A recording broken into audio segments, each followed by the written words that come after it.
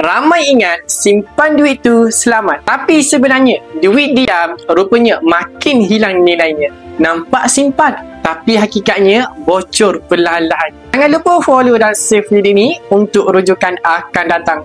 Duit susut nilai sebab inflasi.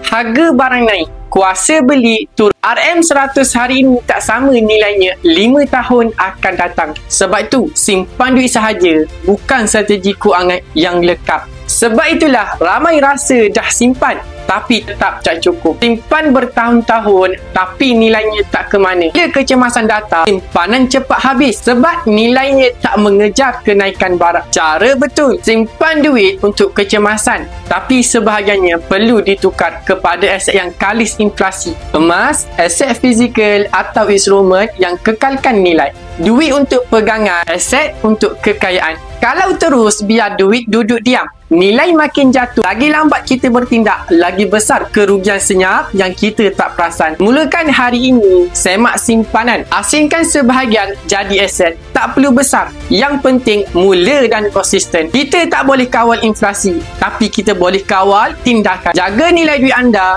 jaga masa depan anda. Okey, baik tuan-tuan, yang mana berminat untuk simpan emas di Public Gold boleh sahaja klik link di bio saya akan bantu anda sebaik mungkin. Ingat, perkongsian santai tapi sampai jumpa anda di next video.